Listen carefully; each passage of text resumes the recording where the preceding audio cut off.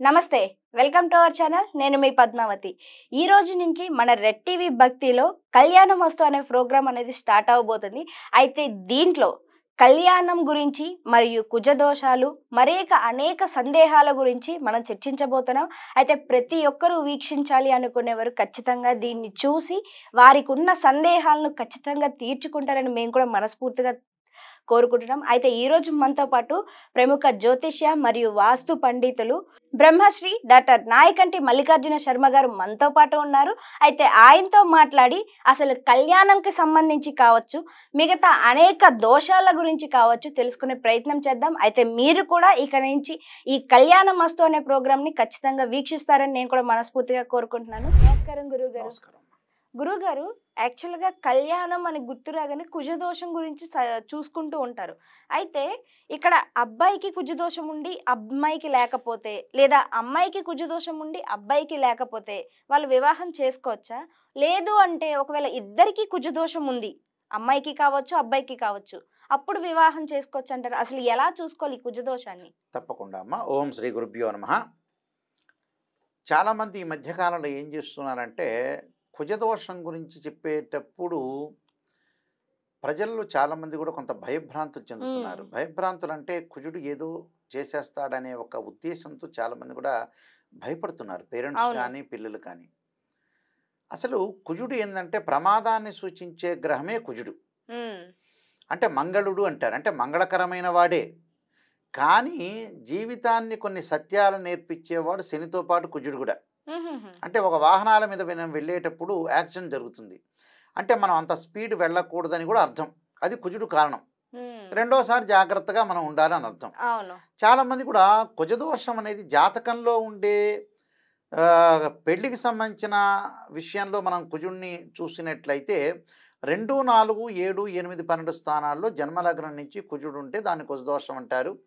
మనం గత వీడియోలో కూడా కుజదోషానికి కొన్ని ఎగ్జంప్షన్స్ చెప్పుకున్నాం, భయపడాల్సిన పనేం లేదని. కానీ ఒక అబ్బాయి జాతకంలో, ఒక వధువు జాతకంలో కుజదోషం ఉంది, ఒక వరుడు జాతకంలో కూడా కుజదోషం ఉంది.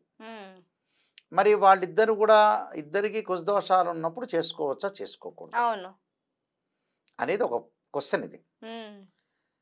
అయితే ఇక్కడ కుజదోషం విషయంలో ముందు ముఖ్యంగా వస్తే 2 జాతకాల్లో కుజదోషం అనేది ఉంటే వధువు జాతకంలో మైనస్ అని అర్థం, వరుడు జాతకంలో మైనస్ అని అర్థం. అంటే మైనస్ ఇంటూ మైనస్ ప్లస్ అని అర్థం. అంటే ఈ జాతకంలో ఉండే ఏదైతే దోషాలనేవి ఉంటాయో ఆ జాతకంలో కూడా అలాంటి దోషాలు ఉంటాయి. అంటే ఎందుకు కారణం, ఎందుకు గురువు గారు నిజంగా కుజదోషం అనేది ఉంటే ఇద్దరికి కూడా ఇబ్బందికరమైన వాతావరణమేగా. ఆ ప్రాక్టికల్గా మనం ఆలోచన చేస్తే అలా ప్రాక్టికల్గా ఆలోచన చేసే మెథడ్ వేరుగా ఉంటుంది, జ్యోతిష్యపరంగా వేరుంటుంది. జ్యోతిష్యపరంగా అంటే ఒక అమ్మాయికి కుజదోషం అనేది ఒకటి ఉంది, అబ్బాయికి కుజదోషం ఉంది. అంటే ఇద్దరికీ కోపం ఉంటుంది, ఇద్దరు కోపపడతారు, ఇద్దరు కలుసుకుంటారు మళ్ళీ. అంటే ఇద్దరు అనుకుంటారు. ఇప్పుడు చాలామంది మనం భార్యాభర్తలు చూస్తున్నాం, ఇద్దరు అరుచుకుంటారు, మళ్ళీ సాయంత్రం కల్లా ఇద్దరు కలుసుకుంటారు. వాళ్ళకి తిట్టుకోకపోతే కొట్టుకోకపోతే వాళ్ళకి ఆనందం ఉండదు కొంతమందికి. అలాంటి వ్యక్తులు కూడా ఉన్నారు సమాజంలో. మనం అందరినీ ఆలోచన చేస్తే అలాంటి వ్యక్తులు కూడా ఉన్నారు. కొంత డామినేషన్ చేసే వ్యక్తులు ఉంటారు, భార్య డామినేషన్ చేయొచ్చు, భర్త డామినేషన్ చేయొచ్చు. ఇద్దరు డామినేషన్ వల్ల ఇద్దరు ఒక ప్యారలల్గా వచ్చే అవకాశాలు కూడా ఉంటాయి. కాబట్టి ఇక్కడుండే మైనస్ అక్కడుండే మైనస్ ప్లస్ అవుతుంది. అంటే వాళ్ళ యొక్క బుద్ధులు కానీ తర్వాత వాళ్ళ యొక్క జాతకంలో కానీ ఏదైతే ఇక్కడ మైనస్ ఇంటూ మైనస్ ప్లస్ అవుతుంది.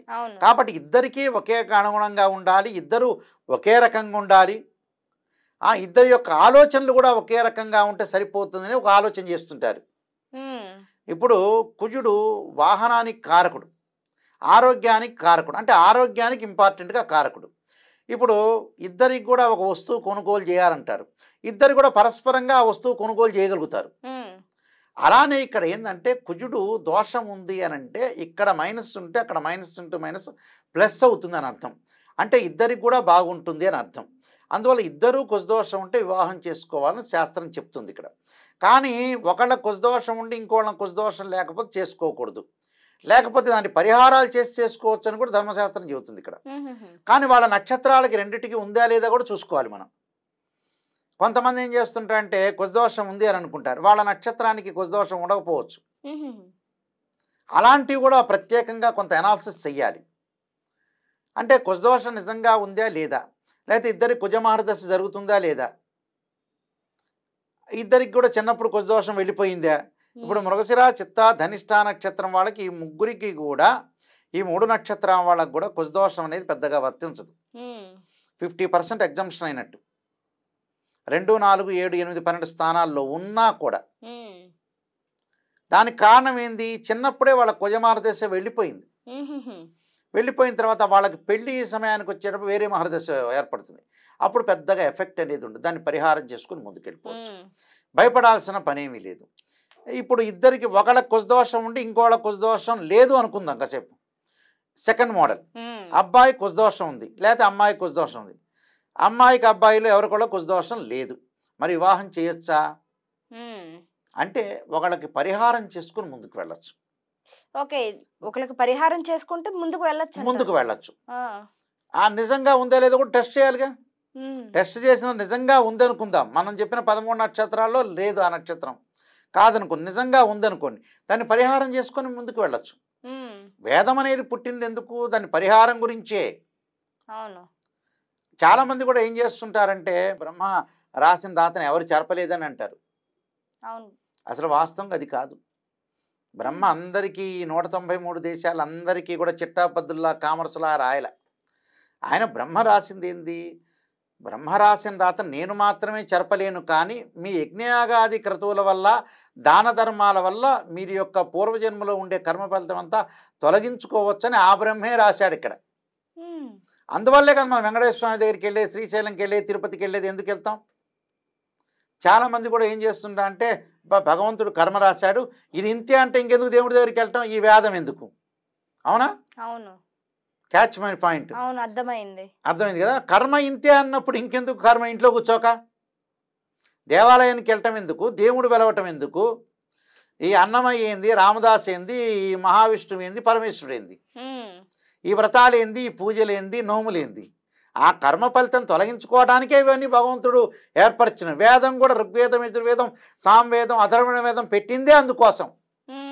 మాకు ఈ కర్మ ఇంతేనండి, కొంతమంది అంటుంటారు మా కర్మ ఇంతేనండి, ఎవడు తొలగించలేరు.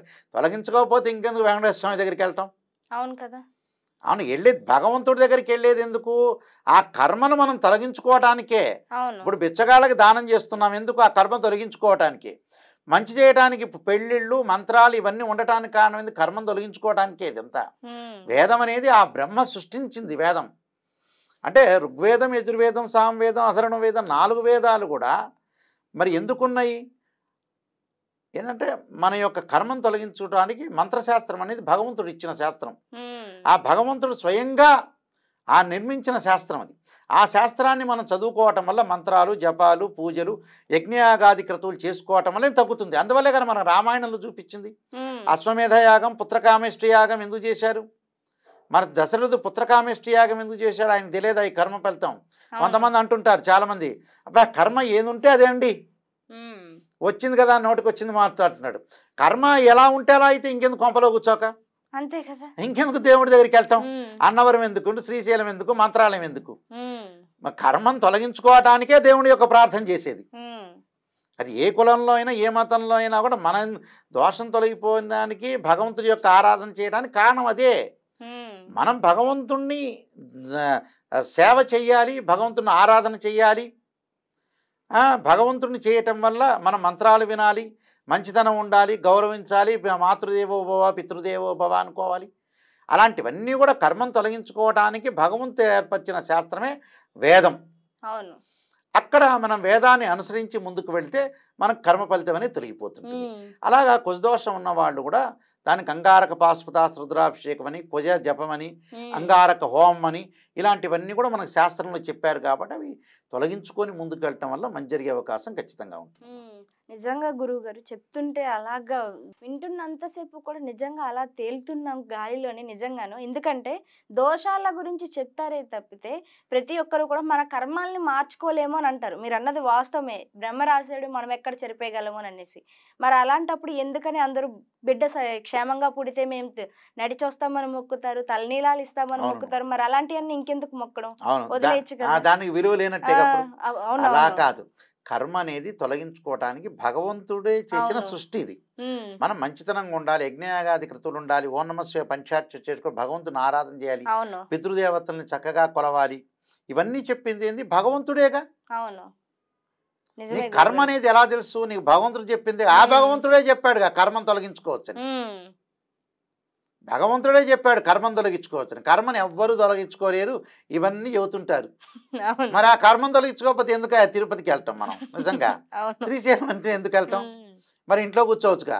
నిజంగా గురుగారు. మీరు చెప్తుంది వాస్తవమే. బట్ దీనికి అందరూ అంగీకరిస్తారని నేను ఒప్పుకోను. బట్ అయినప్పటికీ కూడా ఇది వాస్తవం మీరు చెప్పింది. అంగీకరించడం, ఇచ్చిపోవటం అనేది ఏంటంటే బ్రెయిన్ హ్మ్. మెచ్యూరిటీ వాల్యూస్ని బట్టి ఉంటుంది అందులో. అవును. వాళ్ళకి మంచి జరుగుతుంది.